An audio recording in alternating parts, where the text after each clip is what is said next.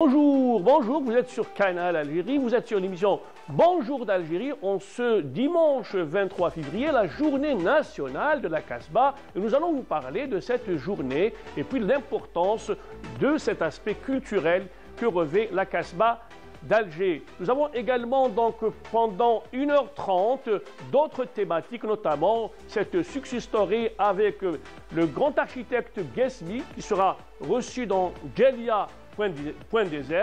Et puis nous revenons sur l'actualité concernant le sport.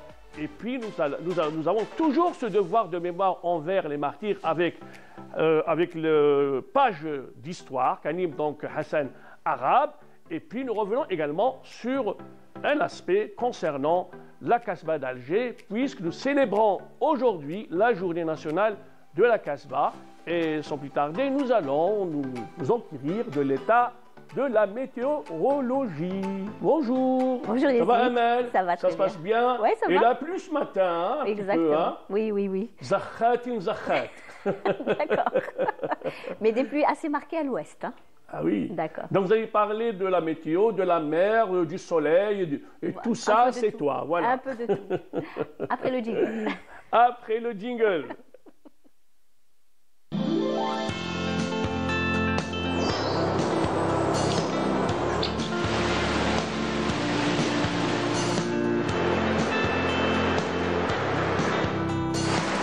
موبيليس تقدم لكم الأحوال الجوية. موبيليس معا نصنع المستقبل. Puis pour la météo, la partition du temps sera jouée par Amel Haribi. Merci Yazid. Bonjour à tous et bon réveil. Eh bien, pour aujourd'hui, Météo Algérie a émis hier une vigilance orange concernant des pluies localement assez marquées et même parfois localement accompagnées de chutes de grêle. Et cette vigilance sera valable jusqu'à ce soir 21h concernant les wilayas côtières, intérieures de l'ouest et centre-ouest. Les wilayas concernés sont Oran, Mostaganem, également Ain Timouchen, Tissemsil, Tiaret, Relizane, Chlef, Mascara, également Sidi Bel Abbès et du côté du centre-ouest on aura Tipaza et Indefla où les quantités de pluie estimées entre 30 et 40 et même parfois jusqu'à 50 mm. Donc soyez très vigilants. Donc concernant le temps, pour aujourd'hui, Météo Algérie prévoit un ciel souvent nuageux sur les régions de l'ouest et le centre. Ces nuages vont donner des pluies sous forme d'averses localement assez marquées durant cette matinée sur les régions côtières et intérieures de l'ouest. Vers l'est par contre, on aura des passages nuageux tout au long de la journée, également sur la moitié sud, plus exactement la Saoura, le Nord Sahara, les Oasis, le Sahara central et le Sahara oriental. Et ces nuages aussi donneront quelques pluies sous forme d'averses vers le Bécharoua, le Nord Sahara, le Sahara central, le Sahara oriental. Et à noter des vents forts vers l'extrême sud et le Sahara central qui vont engendrer des sillons de sable et la visibilité risque d'être réduite vers ces régions, donc soyez très prudents. Partout ailleurs, rien à signaler, le soleil va prédominer. Les températures, quant à elles, elles accuseront une baisse sensible par rapport à hier, une chute assez sensible sur pratiquement tout le nord. Le minimum 10 degrés seulement à Al-Biyad, 12 du côté de Djelfa, 13 degrés à Tiaret, 16 Oran, également Sétif, 17 degrés à Tlemcen, Alger et Batna, 20 degrés à Annaba et Galma, également du côté de Tizi Ouzou et Gardaya, 17 degrés seulement du côté du Bécharoua, 21 Biskra et Lizi, 20 degrés à Janet, 26 à Dar es Salah Timimoun, 28 à Tindouf, également Tamanrasset et Borj Bedjimourta, et enfin 31 degrés le maximum à Ingazam. La mer aujourd'hui, se montrera peu agitée, c'est pratiquement l'ensemble des côtes, d'ouest en est. 10 à 30 km/h sur les côtes centre et est et les vents seront variables, jusqu'à 40 km/h sur les côtes ouest. Les vents sont de secteur nord à nord-est. On va faire un petit tour du côté de l'Europe où on aura un ciel plutôt couvert du côté de Berlin, Vienne, mais des nuages chargés de pluie du côté de Londres, un ciel plutôt dégagé à Madrid et Kiev, partiellement voilé à Lisbonne. Le mercure affichera moins 2 degrés le minimum à Moscou, moins 1 à Kiev, 6 degrés à Vienne, 10 à Berlin, 11 à Londres, 3 degrés à Istanbul, 14 à Paris, 16 degrés à Madrid et 17 degrés cette fois-ci Rome et Lisbonne. Voilà, je vous retrouve tout à l'heure, juste après le journal télévisé de midi. D'ici là, passez une très très bonne matinée avec la suite des programmes sur Bonjour d'Algérie. À tout à l'heure. Merci.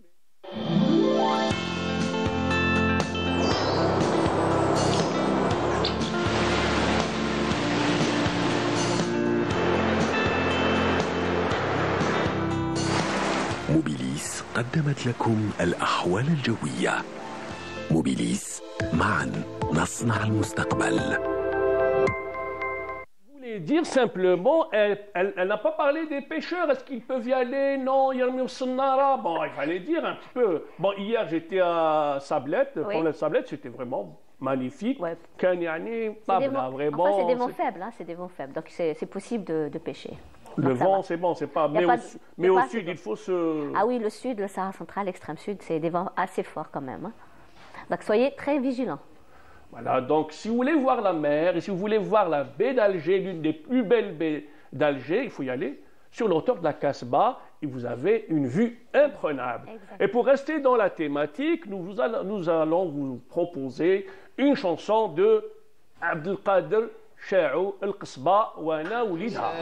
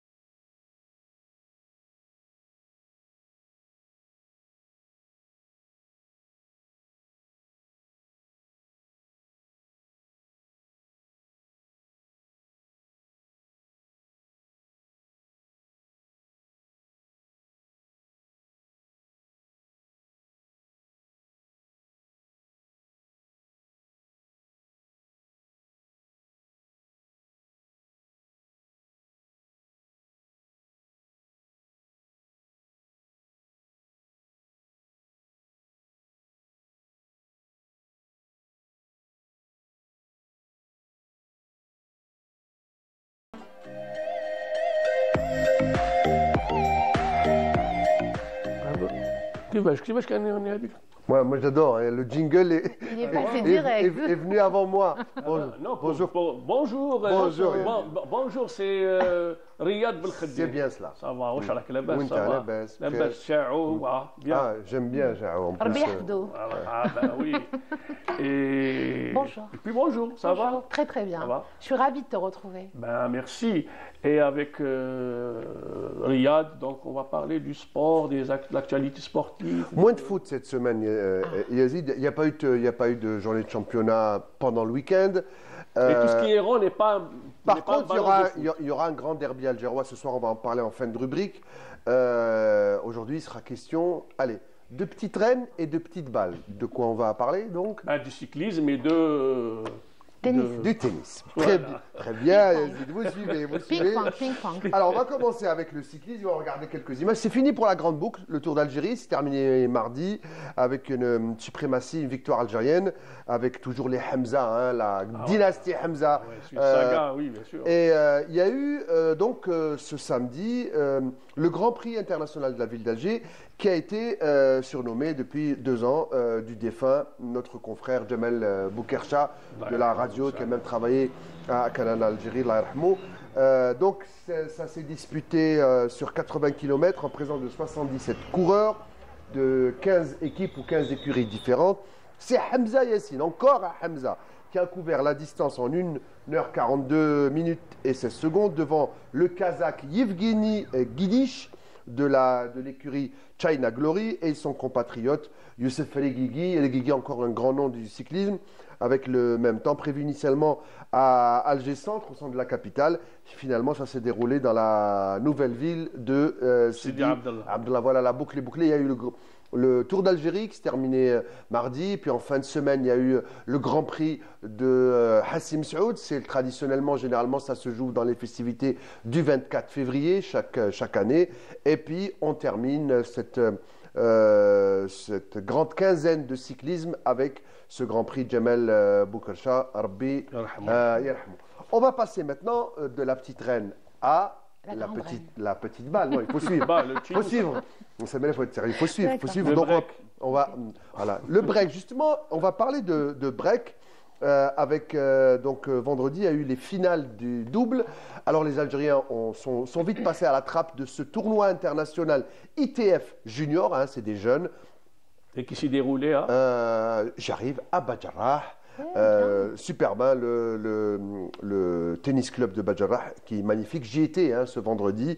Et c'est la paire algérienne composée d'Aris Behloul et Kamil Cheboub qui s'est adjugé donc la finale du double garçon de ce tournoi J30 qui s'est déroulé donc à Badjarrah après une victoire contre les Tunisiens Chetouane et Missaoui 2-7 à 1. C'est des juniors, donc on va à 2-7 gagnants et pas à 3-7 gagnants. Je ne sais pas si on a vu les images. Oui, ils sont passés. Oui. Parfait. Et là, c'est une autre paire. C'est la paire féminine bulgaro-turque qui a remporté la finale face à une paire française. Zahra Berando et Justine Fuchs qui ont perdu 6-0, 6-3 face à la Bulgare Nicole Ivanova et à la Turque Surki Ezgi Akiol. Voilà, j'ai du mal. Bravo. J'ai du mal. Moi, je sais juste dire kebab et shawarma en turc. Hein. Le reste, je ne sais pas. C'était magnifique. Il faisait très beau. Il y avait beaucoup de monde, des familles. Donc, il y a un autre tournoi qui va débuter cette semaine aussi à Badjarrah qu'on va suivre, bien évidemment. L'Algérie a participé avec 32 athlètes, 20 garçons et 12 filles, toutes passées à la trappe. Le niveau algérien est encore un petit peu loin du niveau notamment européen. On y reviendra notamment dans l'émission 52 chrono présentée par Mokhtar Hamani. Ce sera demain à 16h. On va terminer avec le football. Je vous l'ai dit, il y a eu beaucoup de matchs. Bon, pour info, vous savez que malheureusement au tirage au sort en Coupe de la CAF, les deux représentants algériens sont tombés ensemble, c'est-à-dire le CSC et l'USMA vont jouer le quart de finale. C'est dommage. Pourquoi je dis c'est dommage? Parce qu'il y en aura au moins un qui va aller à la trappe. Et donc, on va baisser un petit peu le son. Voilà, c'est un off. Et donc, c'est le Mouloudia d'Alger, ce soir à 20 h au stade du 5 juillet, qui va affronter le Paradou. C'est un derby algérois. Le Mouloudia a une occasion de conforter sa place de leader lors de cette 17e journée. Le Mouloudia est premier avec 31 points. Le Paradou est 8e avec 23 points. Mais ils peuvent les accrocher aussi, Paradou. Ils jouent bien. Ils peuvent les accrocher, c'est déjà arrivé. Mais en 6 saisons, je crois que le Paradou a gagné qu'une seule fois. Mais ça reste une équipe coriace, bien organisée. Ah oui, le Mouloudia, oui, bien sûr. Bien organisé. Le Mouloudia qui reste sur une défaite face au CRB en 16e de finale. Il voudrait donc se faire oublier cette élimination. Le Mouloudia reste donc en tête et il voudrait succéder à lui-même puisqu'ils sont champions sortants cette saison. Voilà, on a été... et puis il y a la séquence rétro, en fait, séquence... histoire. Nostalgie, histoire. Que prépare notre consoeur Salah Derben. Et qu'on va regarder, elle va nous parler d'une personnalité du football qui est l'entraîneur Hankouch. Et on va regarder et découvrir cette rubrique, l'histoire du sport avec Salah Derben.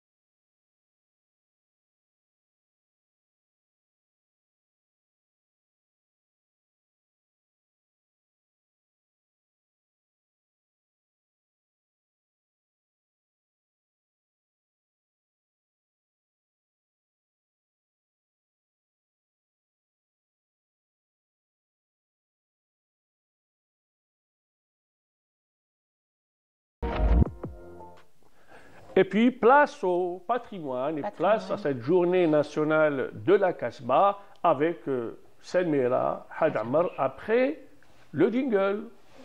C'est bien.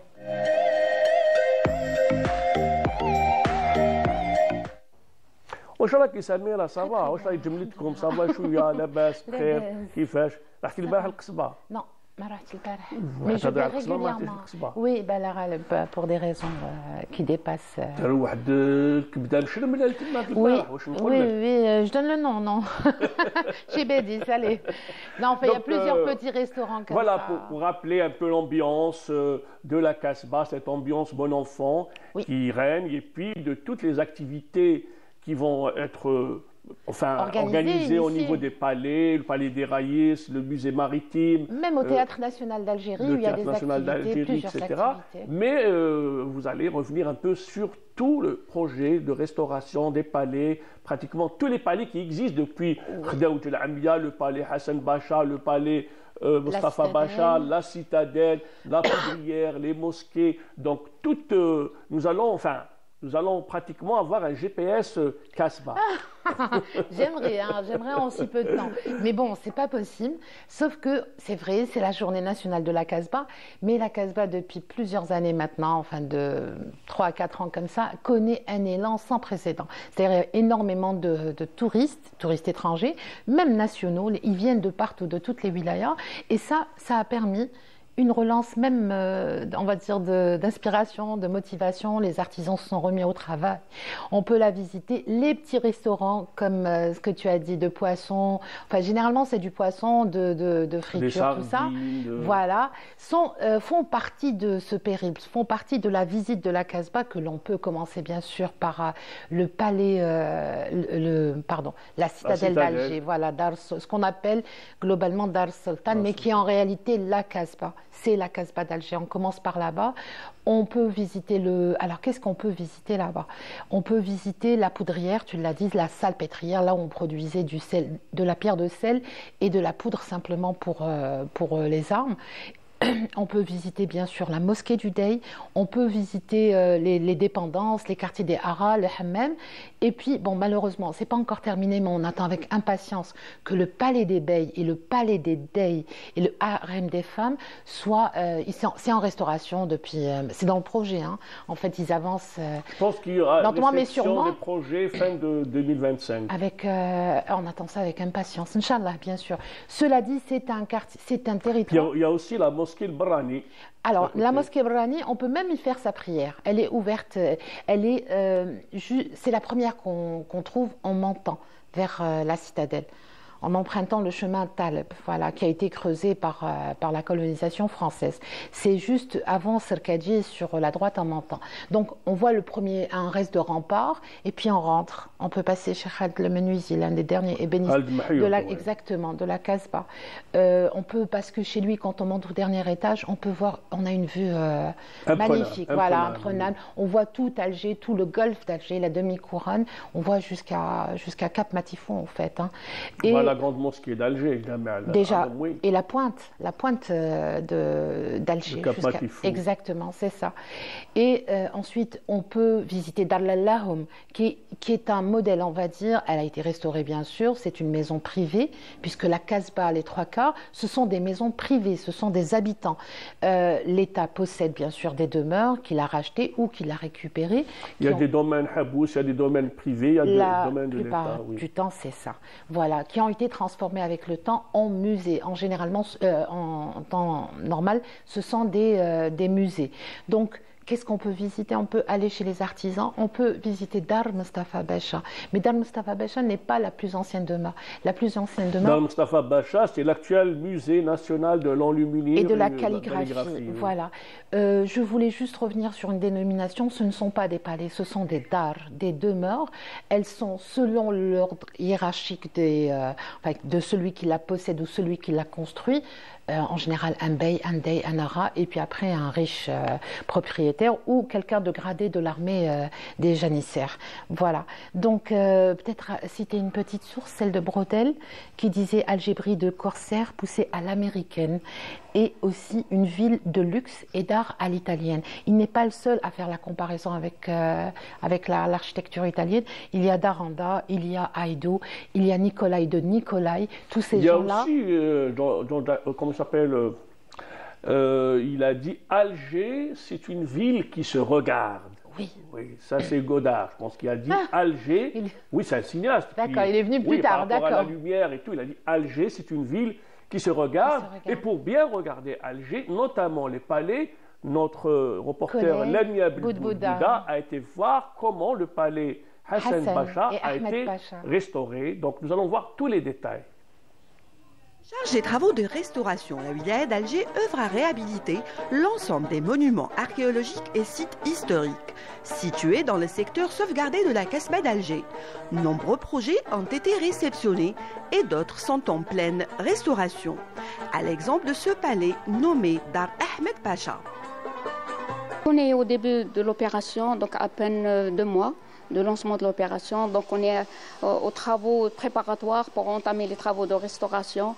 Et avant tout cela, on va entamer, Inch'Allah, les travaux de confortement, de réhabilitation et de consolidation de toute la structure verticale et horizontale avant de passer aux éléments décoratifs qu'on est en train de récupérer, de démonter et trier. Donc on va passer juste après les travaux préparatoires qui sont la protection des différentes colonnes. Par exemple ici, les différentes colonnes en marbre, elles sont protégées en latérosaux et du plâtre et polyène bien sûr. Donc on va passer après aux travaux de récupération, de restitution et de restauration des différentes menuiseries, éléments décoratifs. Redonner son lustre d'antan à ce palais tout en préservant son authenticité demande du temps sans compter les difficultés et surprises de la restauration. Les délais contractuels sont arrêtés à environ 3 ans, mais on ne peut pas toujours être sûr, puisque la restauration, on trouvera toujours des découvertes, des surprises. Ça ne peut pas être précis. À quelques encablures et mitoyens de la mosquée Ketchawa se trouve un autre joyau architectural, le palais Hassan Pacha, datant du XVIIIe siècle. Ici, bureau d'études, architecte agréé et spécialiste du patrimoine travaille d'arrache-pied pour livrer ce projet dans les délais. À l'atelier de polychromie, Amira redonne vie à ces boiseries qui semblent tout droit sorties des mille et une nuits. Pour les faïences, Mohamed Houssine Bey y travaille avec une équipe. Il nous explique les procédés et techniques utilisés. Premièrement, on déroule des photos. Deuxièmement, on déroule des tickets, dans le mur ou l'espace les rafés. On utilise le plan les cahiers à la faïence. Après, نحو الحبات تاع الفايونس من الحيط اللي راهم فراجيل اللي عندهم سيباراسيون بين لو مورتي والمور وكاين حبات بين المورتي والحبات تاعنا تاع لا فايونس. Quant aux peintures murales exceptionnelles ornant ce palais, mérite un traitement expert dont a la charge Aïda Menouer. C'est une aventure, c'est un défi assez impressionnant. J'invite tous les gens à se renseigner sur ce palais qui a dévoilé vraiment beaucoup de secrets. C'est une grande responsabilité en effet, donc on vit dans un stress continu en réalité depuis plus d'une année. On est conscient de l'importance de ce patrimoine, de l'importance de le transmettre de la manière la plus parfaite et intègre, on va dire. Restauration manuelle, réutilisation des matériaux d'origine et la difficulté de préserver l'authenticité des lieux. Une mission passionnante et cruciale de la restauration pour cet héritage algérien ô combien important. Oui, on ne peut dire que raffinement et beauté. Oui. Merci Lamia pour ce beau reportage. Oui. Et on peut revenir pour dire quelques mots par rapport à ce palais. Alors, Dar Hassan Pacha a été édifié en 1791. Il a été édifié par le chantre de Hussein Dey. Il est ce qu'on appelle le palais d'hiver. Le Dey venait y séjourner. Le palais d'été, c'est celui qui se trouve en extramuros d'Alger. Là, en bas, on va dire début du Télémni, le bureau du président. Et donc, le Dey en était allé se reposer là-bas parce qu'il y avait des centaines d'arbres. Enfin, c'était magique. C'est toujours un lieu magique, hein, malgré... Et je tiens à le préciser, comme pour Dar Hassan Pacha, comme la citadelle, comme tous les palais, comme toutes les mosquées, comme tous les lieux, les monuments historiques de la Casbah et d'Alger, ils ont subi énormément de transformations par la main, on va dire, la Ralpsa destructrice de la colonisation française. Donc beaucoup de choses ont été modifiées. Par exemple, Dar Mustafa Pacha, seul le patio avec les 16 colonnes qui l'entourent et la fontaine de Dar Mustafa Pacha n'a pas été transformé. Mais tout le reste, on va dire en bas, en haut, ça a subi des transformations. Dar Aziza qui est actuellement comme Dar Ahmed et comme Dar Hassan Pacha et comme Dar Ahmed, le palais Ahmed qui est juste Ahmed Pacha. Ce sont des Pachas des Dey ou des Haras. Donc, tout ça étant, même Dar Khdaouch l'Amia, Dar Khdaouch l'Amia qui est le musée National des Arts Populaires. Exactement, les ATP, qui a cette légende, la fille de Khdaouch. Qui a fait casser un miroir parce que... Qui a perdu la vue à force de se regarder dans un miroir, ou de pleurer, c'est parce qu'elle a pleuré, ou alors parce qu'elle a été tellement... C'est une légende, c'est des paraboles, parce qu'elle a été tellement amoureuse d'un prince et que voilà, elle a perdu la vue. Bon bref, c'est des légendes. Tout ça pour dire que la Casbah, ça reste un lieu mythique, historique. J'ai envie de dire préhistorique parce qu'il y a des choses qui ont été retrouvées au moment où Dar Aziza a été construite. Dar Aziza est mitoyenne juste avant la mosquée Ketchawa. Donc elle est construite sur une ancienne, on va dire, villa romaine. Ces informations, je les tiens du livre fabuleux d'El Jazair de Khalifa Abdelrahman. Donc, il donne énormément de détails selon des sources qui ont été récupérées au XVIe siècle et de tous ces voyageurs. Et puis, à Saht Chouhada, il y a quand même les termes. Alors, Saht Chouhada, c'est une place mythique parce qu'à cet endroit précisément, il y avait le palais de la Djanina. Palais Djanina est le plus ancien palais de la Casbah. Malheureusement, il a été détruit par les Français quand ils sont arrivés. Donc, il faut compter, je crois, 1859. Ils l'ont détruit. D'abord, ils l'ont incendié, ils l'ont pillé d'abord, incendié et puis de toute façon, détruit. Toute la partie entre la mer et la Kasbah. Et entre Bab el-Oued et Bab Azoun, ça a été détruit avec à peu près 150 habitations. Il faut savoir exactement. Il faut savoir qu'à chaque fois qu'il y a un palais, donc le palais inclut bien sûr le hammam, il y a une mosquée, il y a un jardin. Et le palais de la Janina, c'est d'abord Janina en traduction littérale, c'est jardin, petit jardin. Lui-même était un ensemble de monuments magnifiques décrits par exemple Nicolai. Il a été décrit par plusieurs personnalités.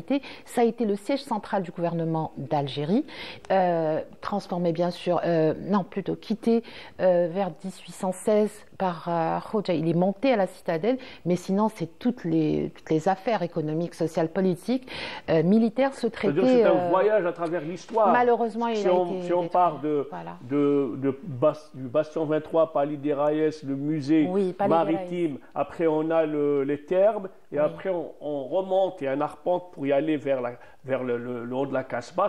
C'est un moment où c'est un voyage dans l'histoire. Exactement. Alors, on peut visiter, il a réouvert récemment, c'est un salon-restaurant, je pense, c'est l'ancien Habs Bouha, donc le bagne des lions, il est sur Bab Azoun. Sur Bab Azoun, on peut voir la plaque qui raconte en fait Icosium, et comme on peut aussi aller au musée et trouver les pièces qui confirment en fait l'existence, n'est plus un mythe d'Icosie. Il y a d'autres espaces culturels comme Dar Bechtarzi, qui ont été inaugurés récemment. Il y a la librairie Darbey aussi. Oui, une très belle librairie aussi du côté, bien sûr. Pas loin de, comment ça s'appelle On est juste en face, dans la ruelle, en face de la mosquée Ketchawa. Absolument. Voilà, donc c'est Halama, c'est la librairie de Halama et Jazia. Mab. Elle est très belle, elle est située au siège de la Zawiya Rahmaniya. Parce que Zawiya Alawiya, pardon. Donc la Alawiya, Sidi Khaled Ben Tounes, voilà. Très belle maison restaurée qui organise très souvent des expositions, qui organise les soirées du Mawlid Nabawi Sharif. En fait, tout le quartier mérite qu'on y aille. Il y a aussi Bab Azoun, parce que Bab Azoun reste un quartier populaire. Il y a le marché, il y a les gens qu'on côtoie, en fait, c'est toute l'atmosphère et l'ambiance qui existait il y a des milliers d'années peut-être. C'est le cœur palpitant de la ville d'Alger. Et puis c'est l'un des lieux où des grandes personnalités ont vécu. Exactement. Ben Debber, Momo. On peut aller au café de l'Anqa où il se produit, à l'Impasse. Donc c'est un socle d'Alger, c'est le cœur palpitant. C'est là où est né Omar, la famille des Rassim, Omar Rassim, Mohamed Rassim. C'est là où on peut visiter la maison où Ali Lapointe, Hassiba Ben Bouali, Mahmoud Bouhamidi et le petit Omar ont été explosés par... Non seulement ça, mais c'est dans cette maison également qu'il y a eu la rédaction de la plateforme de la Soumam aussi. Il y a une présence aussi. Est venu à la Kasbah, Yassef Sadi bien sûr qui gérait la zone d'Alger. Voilà, donc tout le quartier, il est historique, préhistorique, parce qu'on n'oublie pas que le chemin entre Bab el-Oued et Bab Azoun, c'est la voie romaine. Il y a, avant la construction de la Kasbah, il y a des milliers d'années de ça, avant Boulourine Ibn Ziri, dont la statue est juste en face de Serkadji, et on attend que Serkadji ouvre bien sûr comme musée depuis 2014. Tout ça, c'était romain. Donc, on suppose. Il y a aussi les vestiges de qui racontent 7 siècles d'histoire. C'est un livre vraiment très, très, très riche. On peut lire des pages et des pages et des pages d'histoire. On peut visiter les mosquées. On peut visiter beaucoup de mosquées. Beaucoup de choses. C'est des Mohamed Sharif, Ketchawa, Damasafir, Ali Bechir. Donc, il y a eu beaucoup de mosquées. La mosquée du Dey, et puis, le saint patron de la ville d'Alger, Sidi Abdelrahman Ta'alibi. Donc, restons dans la Kasbah pour voir ce gros plan sur la ville de Sidi Abdelrahman, sur la Kasbah d'Alger. Je pense que Linda Tebboul a été hier donc à la Kasbah et elle est revenue avec ses atmosphères. Nous allons voir ça tout de suite, voilà. Nichée au cœur d'Alger, la Kasbah est plus qu'un simple quartier historique. Classée au patrimoine mondial de l'UNESCO, elle incarne l'âme de la capitale, témoin d'un passé très riche et d'une culture vibrante. Mais au-delà de son histoire, la Kasbah est une véritable invitation au voyage. Flâner dans ses ruelles étroites, profiter d'une vue imprenable sur la baie d'Alger, admirer son architecture authentique ou encore savourer un plat traditionnel dans l'un de ses restaurants emblématiques. Aujourd'hui, nous sommes ici pour vivre et vous faire vivre l'ambiance dans cet endroit atypique où chaque pierre raconte.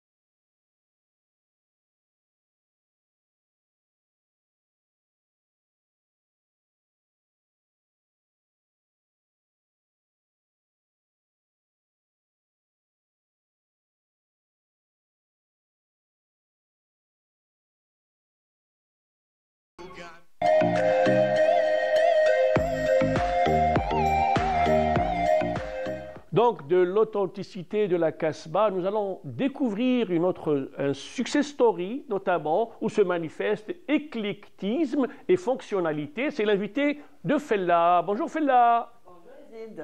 Comment ça va? Ça va, ça se passe bien. Merci donc de ramener avec vous ce grand monsieur qui est l'exemple de l'éclectisme, parce que j'ai vu un peu ses œuvres.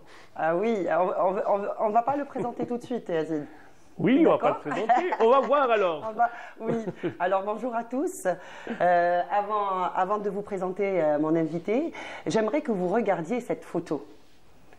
C'est le Times Square à New York.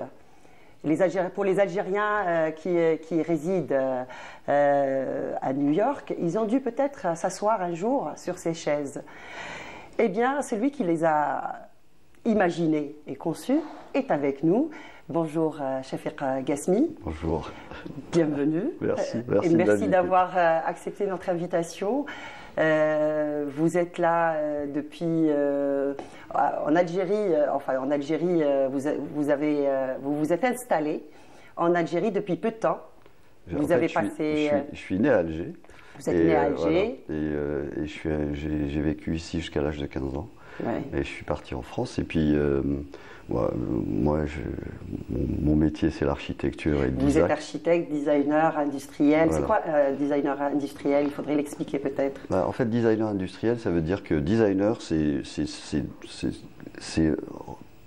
dessiner, concevoir, dessiner, réaliser. Donc voilà, ça peut être de l'objet jusqu'à un lieu.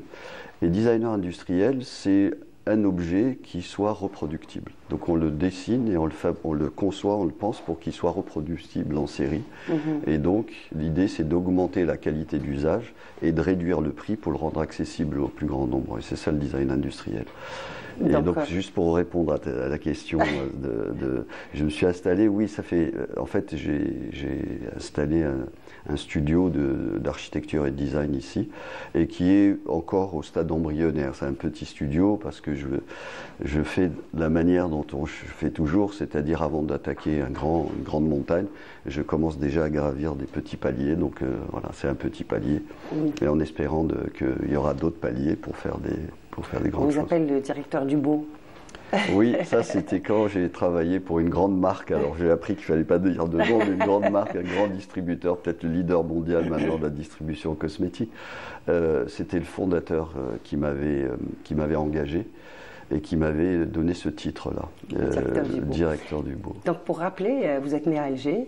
Et depuis toujours, vous étiez fasciné par la ville d'Alger et par les chantiers. Oui. Et vous avez dessiné votre première maison à l'âge de 15 ans. Exact. Et même, vous avez imaginé des hôtels, des meubles très tôt. C'est vrai, mais bon, il y a plein de choses. Hein. C'est l'environnement familial. C'est mon père qui adorait la construction, a fait une maison atypique dans la maison dans laquelle j'ai grandi.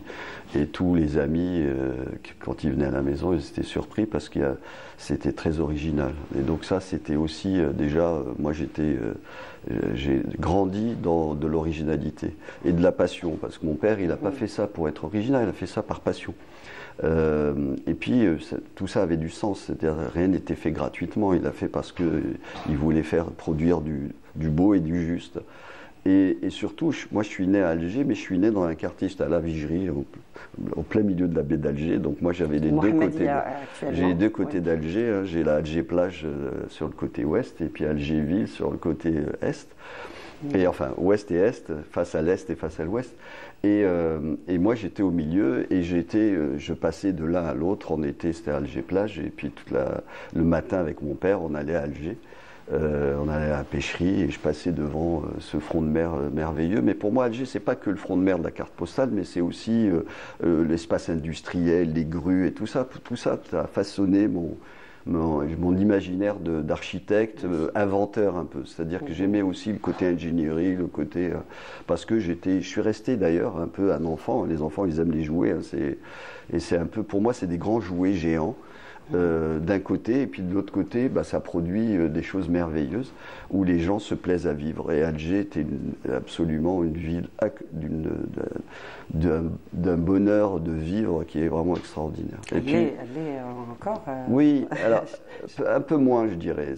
Moi, je dirais, ce que je disais tout à l'heure, c'est qu'avant c'était courant continu, c'est-à-dire qu'on était continuellement dans une forme de bonheur. Aujourd'hui, c'est plus alternatif, c'est-à-dire qu'on a des moments d'exaltation extraordinaires, puis il y a des moments un peu de déception.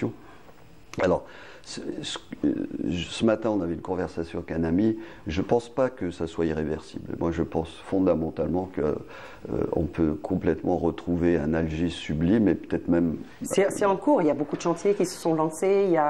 Il y a des choses qui sont en train de... Oui, je sens cette vibration. Je sens qu'il y a une... Alors après, une dynamique. Oui, et je pense qu'il faut aussi mettre de l'ambition là-dedans. C'est-à-dire qu'il faut... et l'ambition, c'est pas simplement vouloir faire, mais c'est aussi donner les moyens à ce qu'on puisse faire. Absolument. Et les moyens, c'est pas que de la matière. C'est-à-dire qu'on confond souvent, c'est-à-dire investir, c'est acheter. Non, investir, c'est investir dans le savoir, dans la réflexion, dans la sensibilité, dans l'élaboration des choses. Et c'est ensuite qu'on va les fabriquer. Et la clé, elle est là. La clé, elle est là. Elle est au début, quand on va commencer à imaginer, à penser, à passer du temps à faire. c'est là qu'il faut investir. Aujourd'hui, on n'investit pas assez là. On investit sur le temps d'après. Mais c'est trop tard après. C'est-à-dire qu'on va fabriquer des choses et on s'est dit, ah, si j'avais pensé.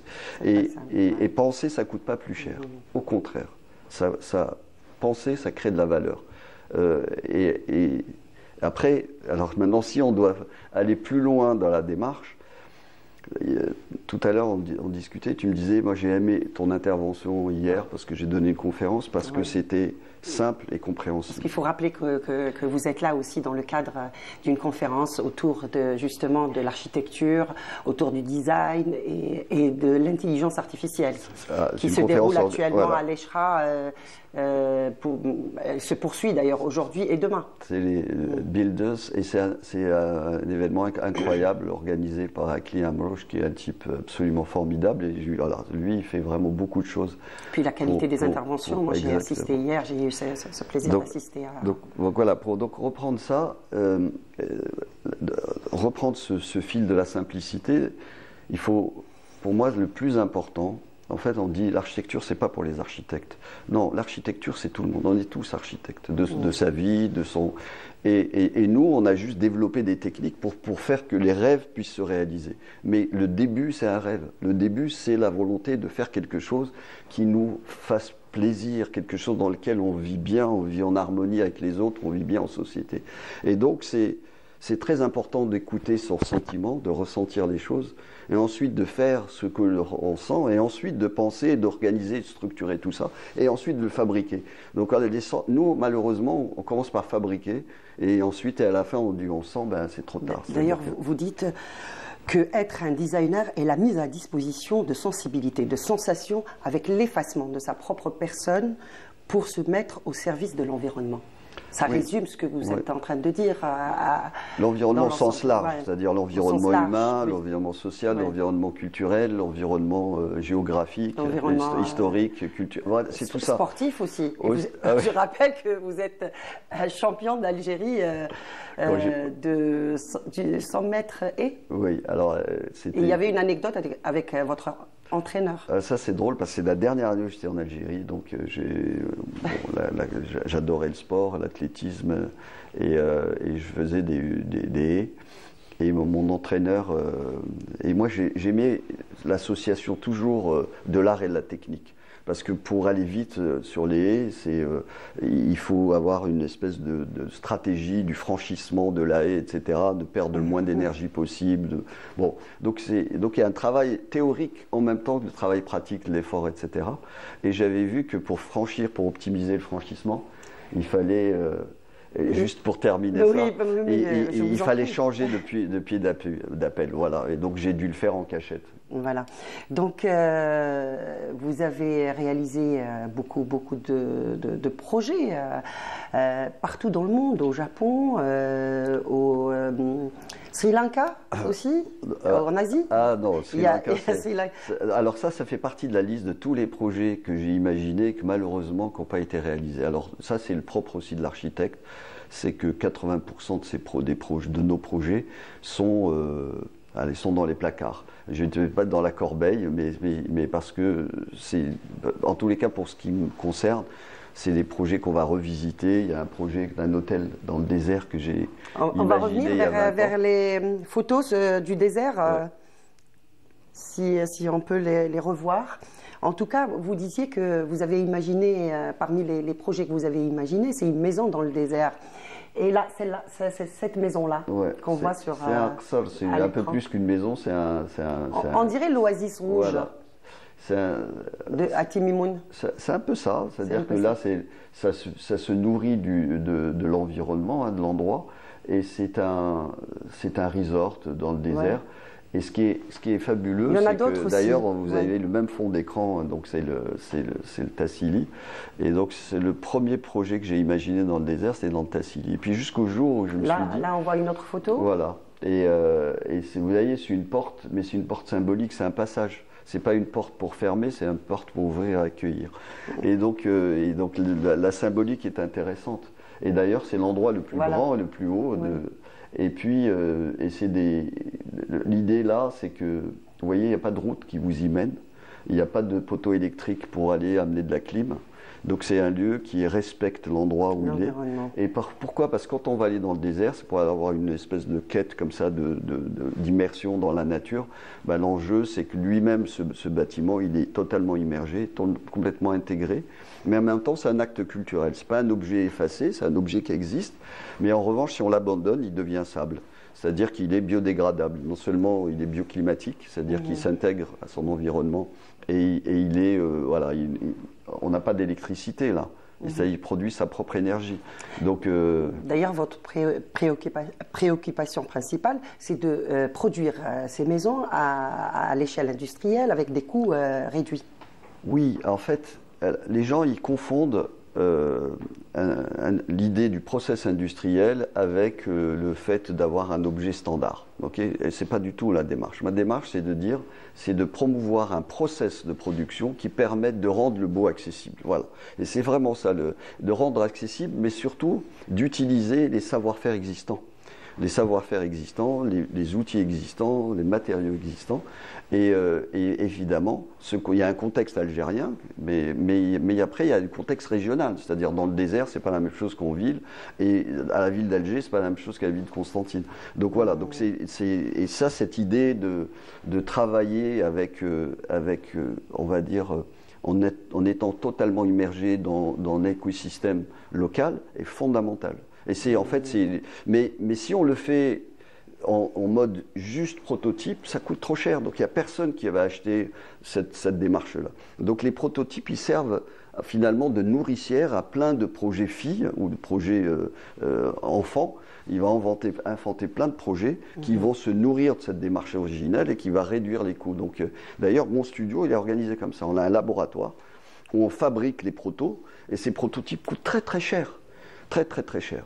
Mais ils sont amortis sur les projets parce qu'ils vont nourrir les projets suivants. Et ça permet finalement de créer, d'innover, d'inventer avec des coûts accessibles sur les projets courants. Voilà. Vous m'avez dit que vous êtes amoureux de la ville d'Alger. C'est une ville qui vous fascine jusqu'à maintenant et vous revenez à chaque fois. Et ça, c'est un moment fort quand vous arrivez à Alger.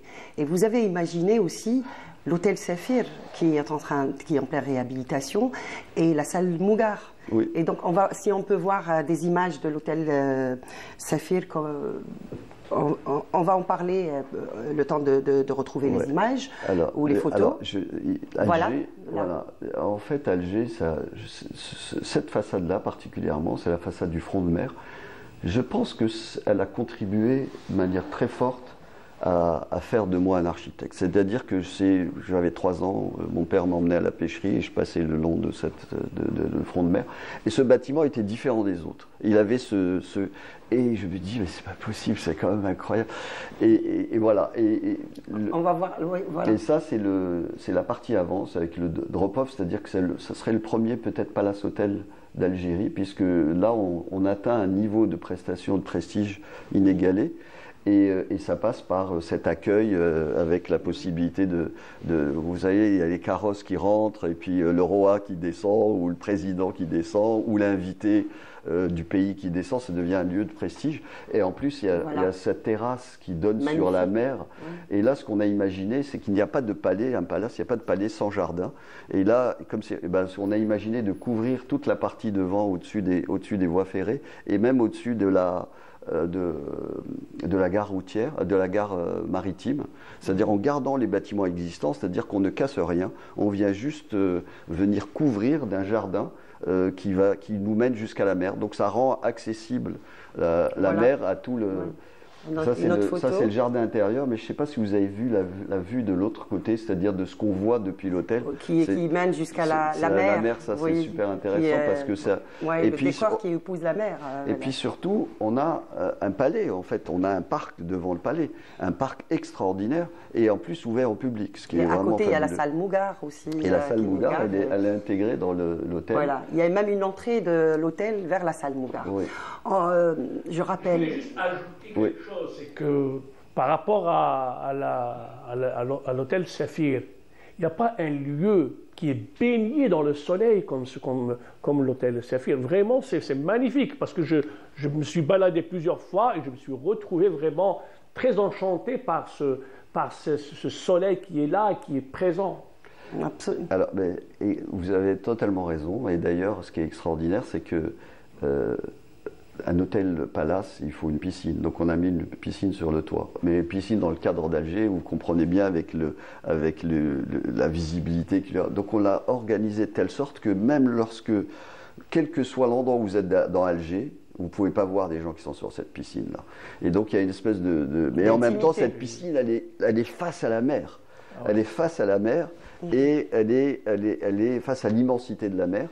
Et elle voit arriver les bateaux. Et dans l'autre sens aussi, ce qui est génial, c'est-à-dire que vous arrivez en bateau, vous avez ce jardin qui est pile en dessous, à la limite des arcades d'Alger, donc on garde complètement la skyline d'Alger, et puis vous avez cet hôtel qui vous tend les bras, parce qu'il est vraiment comme ça, il est accueillant, il vous tend les bras. Merci. Donc pour la dernière question. En tout cas, faire rêver, c'est votre aussi passion, et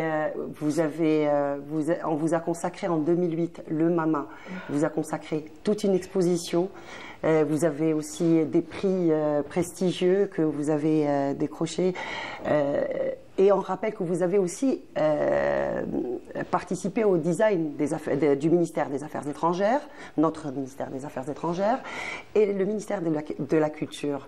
En perspective, il y a d'autres projets en Algérie, pour terminer? Alors juste pour les projets donc, que vous avez cités, c'est les projets que j'ai fait en partenariat avec Halim Faïdi, qui est lui l'architecte. Il m'a invité à travailler avec lui, et j'ai pour les ministères des Affaires étrangères travaillé sur les étages nobles. Et puis on a fait ensemble le MAMA, malheureusement qui aujourd'hui est fermé. J'espère qu'un jour on reprendra ce projet-là. Et puis, alors, moins dans la sphère publique, pour tout vous dire, même si cet hôtel-là, j'espère qu'on va le mener à bout, hein, parce que en Algérie, malheureusement, il y a toujours des aléas qui font que les projets, je disais, le courant alternatif, c'est-à-dire quand on va à fond, et puis après qu'on s'arrête, on s'arrête très fort. Là, c'est pas prêt de s'arrêter en tout cas. J'espère. On est bien parti pour cette connexion et ce développement pour faire des choses merveilleuses ici en Algérie. On l'a vu hier avec la participation notamment de notre diaspora, des Algériens qui se sont déplacés pour ces conférences. En tous les cas, je rappelle que vous êtes architecte, designer, industriel, mais vous faites aussi de la photo, vous faites aussi d'autres activités artistiques. En fait, ça c'est le côté directeur artistique, c'est-à-dire que moi j'ai toujours voulu être architecte, et puis en étudiant ce que c'est que le métier d'architecture, finalement je me suis dit je vais être comme Léonard de Vinci ou Michel-Ange, etc., c'est-à-dire l'architecture avec un grand A, et qui couvre les arts dans je dirais, leur diversité. Et d'ailleurs mon studio est organisé comme ça, j'ai une équipe pluridisciplinaire. Dans mon studio il n'y a pas que des architectes, des ingénieurs, des designers, des graphistes, des illustrateurs, des 3D designers. Donc on a... Ça va, merci beaucoup. Merci beaucoup. Je vous remercie d'avoir accepté notre invitation, Chafir Ghasmi. C'est un vrai bonheur. Et le bonheur, c'est ce que vous créez autour de vous. J'espère qu'il va y avoir beaucoup de projets signés Chafir Ghasmi.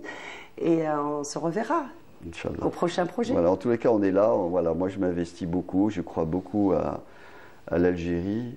Mais vraiment, c'est vraiment quelque chose qui me... Ouais, ça me touche beaucoup de travailler ici. Merci Fla pour ce success story. Merci pour cet éclectisme qu'on vient de constater, de voir. Merci beaucoup. Et sans plus tarder, nous restons dans la Casbah et dans ce voyage magnifique avec un gros plan sur les portes de la Casbah. Felia Hamdi. Ça, l'a bien gardé, doit son appellation à ses fortifications invulnérables sous la régence ottomane. Il faut savoir que à l'époque de la régence ottomane, Alger, on appelait Alger El Mahrousa, la bien gardée. Donc, qui dit bien gardée, ça veut dire qu'elle avait des fortifications, un système défensif très puissant à l'époque. La défense d'El Jezaïr était assurée par 1650 mètres de remparts, 20 forts, 13 batteries intérieures et 16 batteries extérieures. Si on voit Alger à partir du port, nous avons toute la façade maritime, donc qui était carrément un rempart avec plusieurs borches. Et les remparts allaient vers le haut et se rencontrent au niveau de la citadelle. Ils se rencontrent. Donc ce que vous voyez là, ça c'est un pan de cette muraille, parce que la muraille a été démolie par la colonisation française, mais ils ont gardé quelques pans que nous allons voir. Donc nous avons ce pan en face de la citadelle, nous avons aussi des vestiges du bastion, ce qu'on appelle le bastion 8 de la Porte Neuve, Bab Jdid.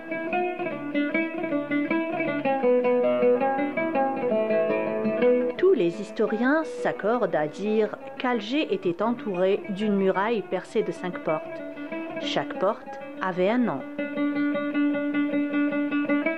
Tout système de muraille était percé de 5 portes. Nous avons 2 portes qui donnent sur la mer. Donc vous avez Bab Tzira, ce qu'on appelle Bab Tzira, qui donne sur la Méroté, et il était emprunté par les corsaires et par les marins. Et un peu plus bas, au niveau de la mosquée de la pêcherie, il y avait Bab el-Bahar, la porte de la mer, donc qui donnait sur la mer, à l'ancien Kassor, et elle était empruntée par les poissonniers, par les pêcheurs. Et puis, un peu plus haut, nous avons à l'ouest Bab el-Oued, la porte de l'Oued, parce qu'elle donnait sur un Oued, c'est Oued Mkhassel, et elle a donné aussi son nom au futur quartier Bab el-Oued. Et puis, à l'est, nous avons la porte Bab Azzoun, qui donnait sur l'actuel square Port Saïd, là où il y a le TNA, et le futur quartier européen. Et puis, vers le haut, plus tard, on a percé une autre porte qu'on a appelée Bab Jdid. Mais en réalité, il existait une 6e petite porte qu'on appelait Bab Sidi Ramdan ou Bab el-Jebbana. Bab Sidi Ramdan, donc c'était une petite porte qui donnait sur le cimetière Qatar et qui était utilisée uniquement pour les enterrements, les funérailles.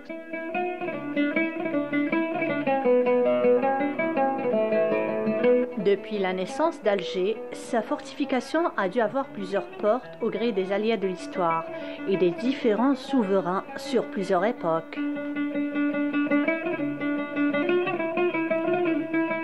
La Casbah d'Alger est unique. Aucune autre médina n'a à la fois cette orientation, ce climat, cette précise architecture.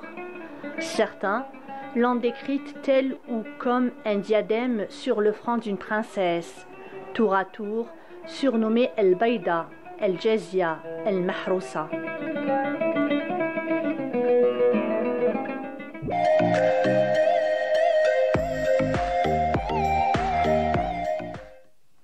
Donc, toujours avec la journée nationale de la Casbah, nous recevons Madame Nabila Cherchali, directrice du patrimoine au ministère de la Culture. Bonjour. Bonjour monsieur, je vous remercie pour l'invitation. Merci. La Casbah, c'est le socle d'Alger, c'est le cœur palpitant d'Alger.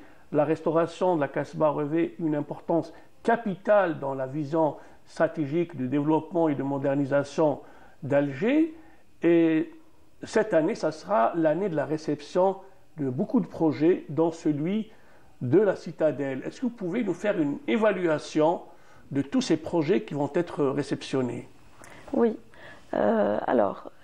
S'agissant de la Casbah d'Alger, donc en fonction de son statut de protection, érigé en secteur sauvegardé, un plan permanent de sauvegarde a donc été élaboré, approuvé et fait l'objet actuellement d'une mise en œuvre sur le terrain à travers la programmation d'un ensemble d'opérations de restauration.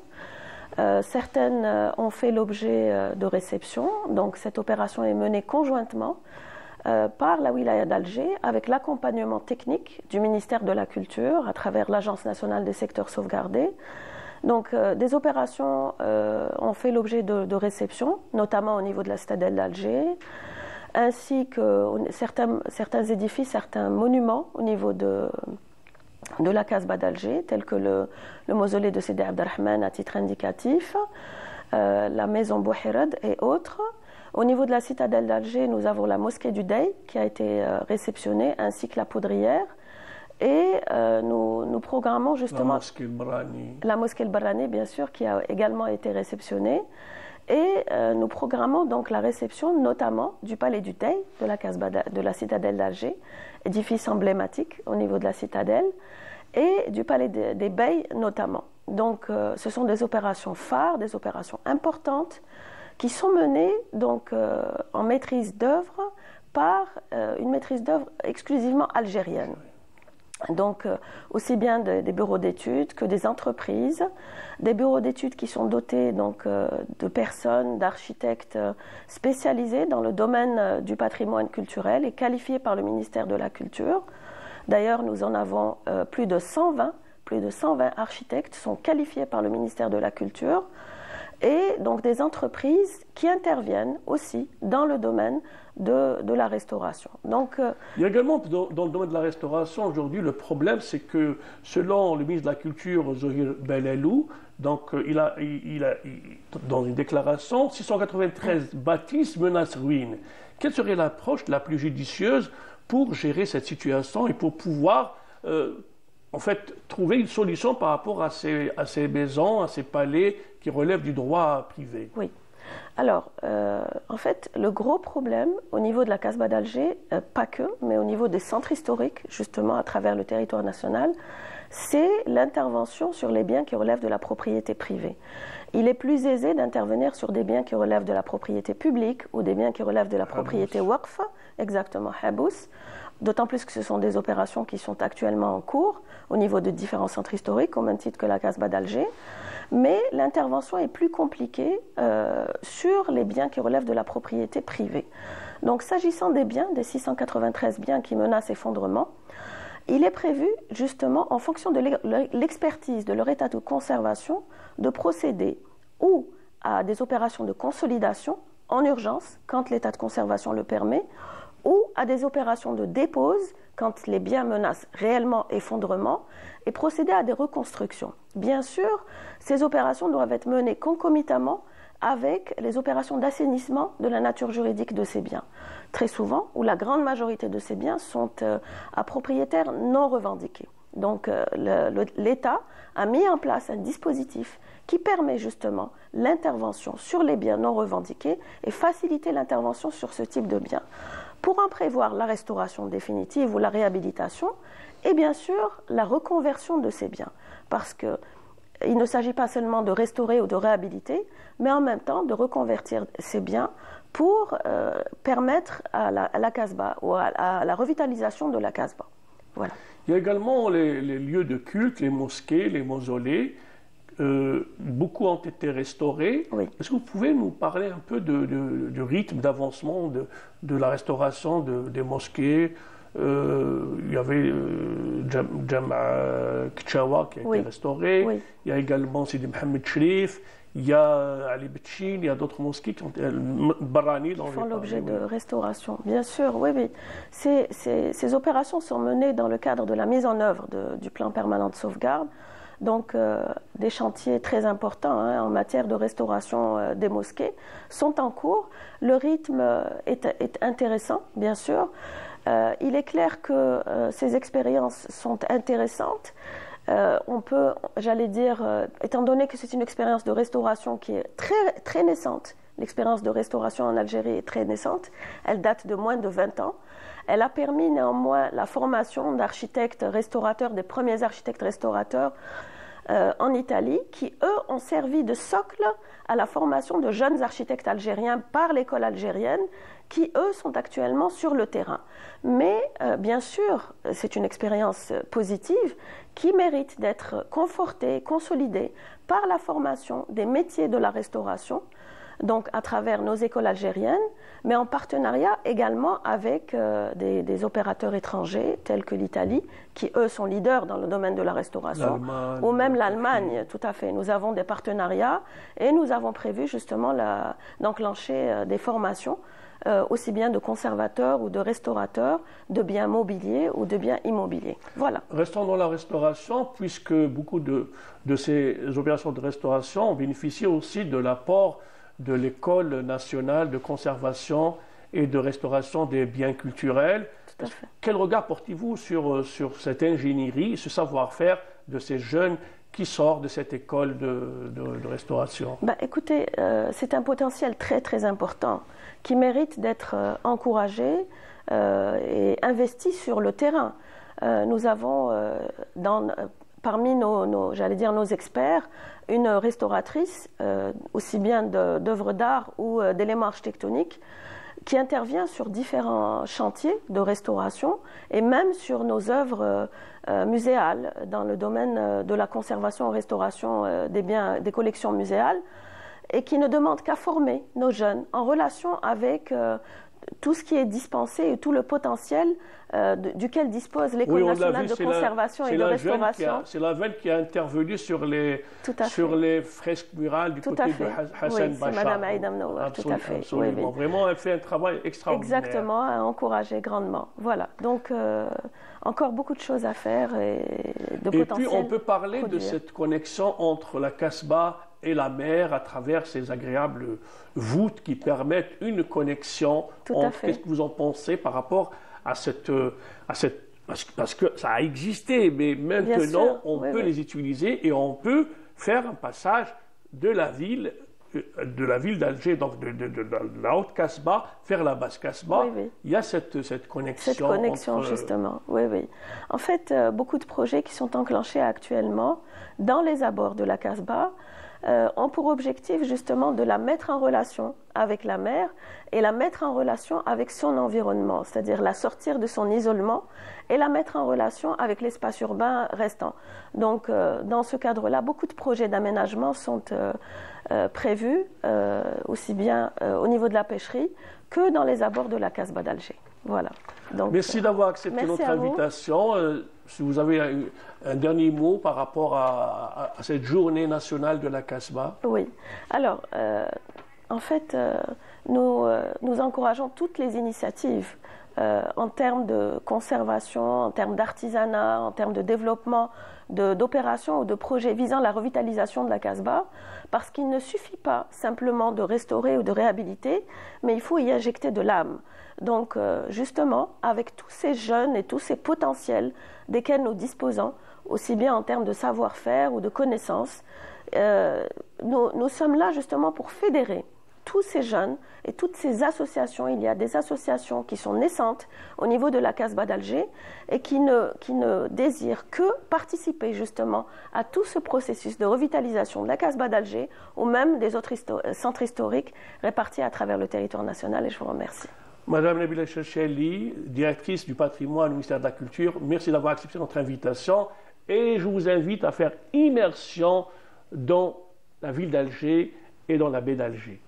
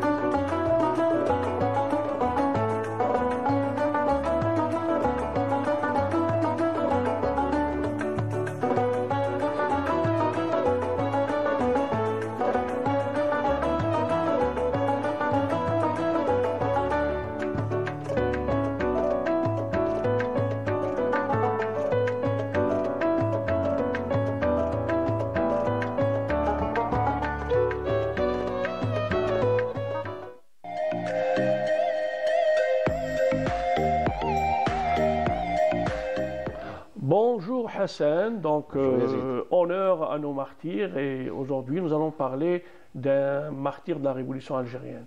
Yveton. Yveton a été guillotiné le 11 février 1957 à 5h10 à la prison de Barberousse. Fernand Yveton. Fernand Yveton. Fernand Yveton est guillotiné par un certain bourreau Messonnier. Et Maurice Messonnier, il a été assisté par son fils, qui avait le même prénom qu'Yveton, Fernand Messonnier. Yveton, il a fait partie des premiers groupes européens de fidèles à Alger. Donc, il a formé son groupe à partir de 1956.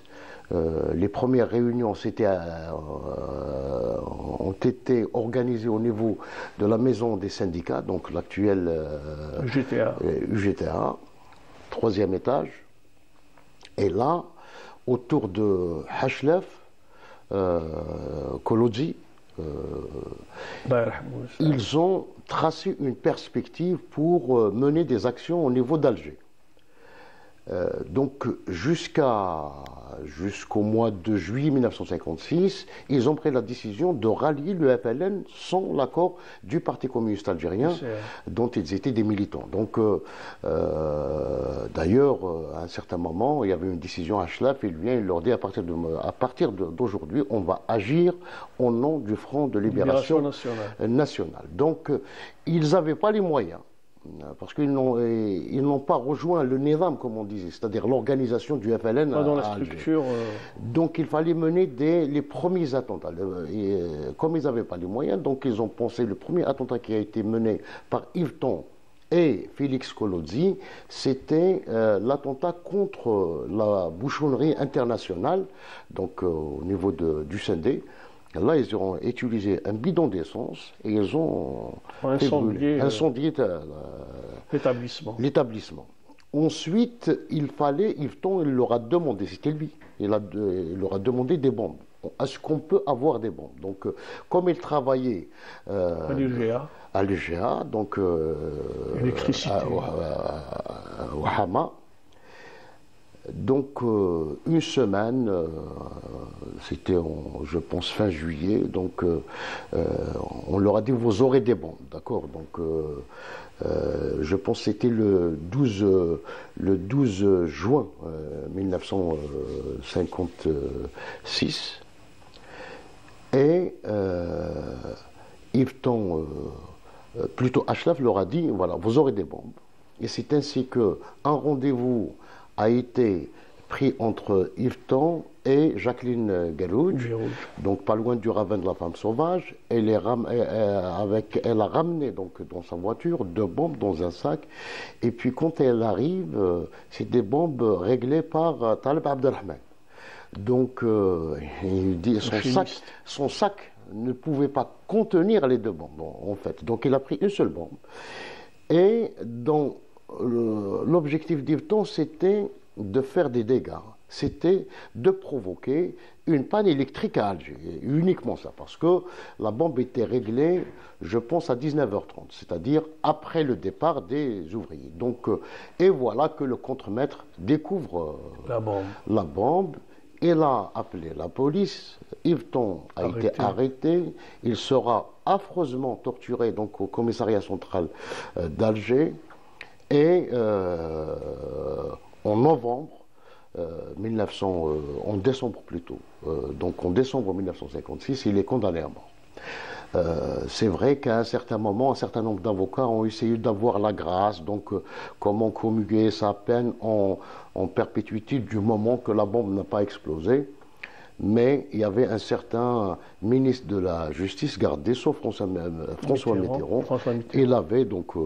il s'est opposé parce qu'il voulait que Yveton, en tant qu'Européen, soit exécuté pour l'exemple. Donc pour reprendre la formule et Félix Kolodzi était son ami en prison, ils étaient ensemble en prison? Alors, non, ils les ont séparés. Parce que Félix Kolodzi n'a pas été impliqué dans le deuxième attentat. Donc Félix Kolosi, il a été arrêté le soir même, hein, c'est-à-dire le jour où Yveton a été arrêté. Ils ont arrêté pratiquement tout le groupe. Et il a été également, d'ailleurs Félix Kolosi, j'ai un témoignage, nous allons écouter tout à l'heure un extrait d'un long témoignage qu'il m'a, donc d'un entretien qu'il m'a accordé il y a 2 ans. Et il me dit qu'il a été arrêté, il a été d'abord torturé chez lui, d'accord, pas loin de l'hôpital Mustapha. Et il m'a expliqué, il m'a dit, quand normalement il a été jugé pour l'affaire de l'EGA, donc, mais pas comme il avait une deuxième affaire, l'affaire de la boucherie internationale. Normalement, Yveton ne devait pas être condamné à mort, parce qu'il fallait attendre la première peine, l'exécution de la première peine. La première peine. Donc, mais Yveton, c'est vrai que son nom a été cité dans le premier attentat, celui de la boucherie internationale, mais la justice française, là, c'était un tribunal d'exception, c'était un tribunal militaire qui l'a jugé, n'ont pas pris en considération cette affaire, et il sera uniquement jugé pour l'affaire de la bombe. Nous allons écouter le petit passage. Voilà, comment le groupe donc, de ces fidèles il a été formé. Donc le témoignage de Félix Kolosi par rapport à l'exécution... Par rapport à la formation du groupe. Par rapport à la formation du groupe de Yveton, Kolosi, Achlef, etc. Le groupe d'Yveton a été formé en premier lieu par Alouache, qui était notre premier responsable, hein, et en nous disant, est-ce que, voilà, il y a des groupes armés qui se préparent, est-ce que tu es partant? J'ai dit oui. Il nous a réunis, il m'a posé la question, où est-ce qu'on pourrait se réunir? Bon. Alors, le seul endroit où on pouvait se réunir librement, et jusqu'à 8h du soir ou 10h du soir, c'était le foyer civique, la maison des syndicats. Et on s'est réunis dans le bureau du syndicat de la métallurgie, dont Assensi était le secrétaire général. Et c'est là qu'on a tenu toutes nos réunions. Allah yarham shuhada. Vraiment, c'était le témoignage de Félix Kolosi par rapport à cet engagement pour l'indépendance et pour la liberté de notre pays. Merci Hassan de nous avoir accordé ce moment pour un devoir de mémoire envers nos shuhada. Et nous continuons donc notre émission avec santé et bien-être.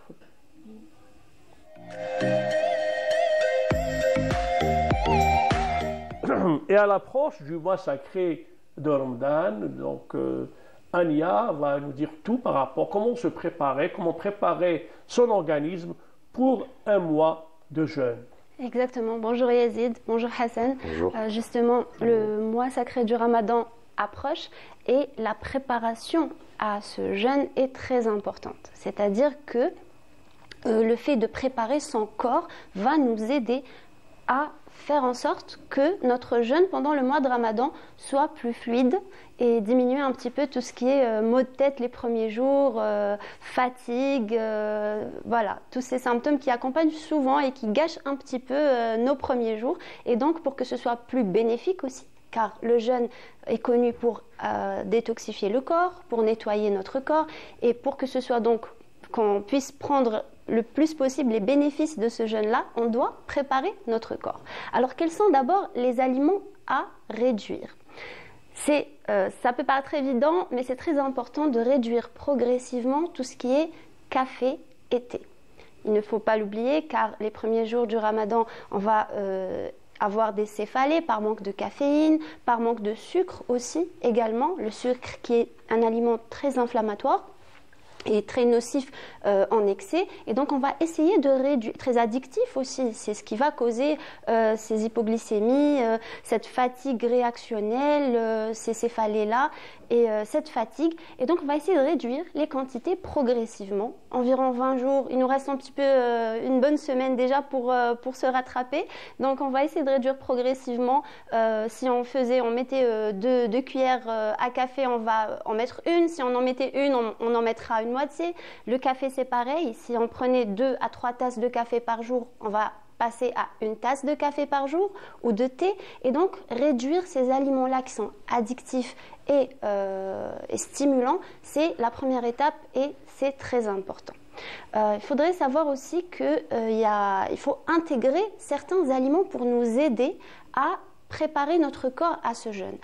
Lorsqu'on jeûne, on va perdre des toxines. C'est-à-dire que lorsque vous êtes en hypoglycémie, votre corps va puiser dans les réserves, dans les graisses. Et ces graisses, c'est le lieu où sont stockées certaines toxines. C'est-à-dire quand vous vous alimentez avec une alimentation assez industrielle, assez, on va dire, qui n'est pas très saine, vous avez quelques toxines qui sont stockées un petit peu là où il y a de la graisse. Et lorsque cette graisse est éliminée, pour prendre de l'énergie aussi, car le corps en a besoin, vous allez ressentir ces nausées, vous allez ressentir cette fatigue, vous allez ressentir ces céphalées. Et donc pour aider le corps, aider le foie surtout, le stimuler avant le jeûne, c'est bien de lui apporter quelques aliments qui sont connus comme aliments détox. On appelle ça des aliments détox, mais en réalité, c'est des aliments qui contiennent des nutriments. Et ces nutriments-là vont aider le foie à se détoxifier par lui-même. Par exemple, introduire des salades variées avec des légumes verts avant chaque repas. Introduire des infusions, pas n'importe quelle infusion. Citron à la menthe. Aussi, le citron est un très bon aliment détox, très connu par les gens qui s'intéressent à leur santé. Oui, le citron le matin, c'est très important, par exemple, ou sur une salade, par exemple. Des aliments qui sont connus pour leur effet sur le foie, comme le chardon-marie. Voilà, le garnina, c'est très important pour détoxifier le foie.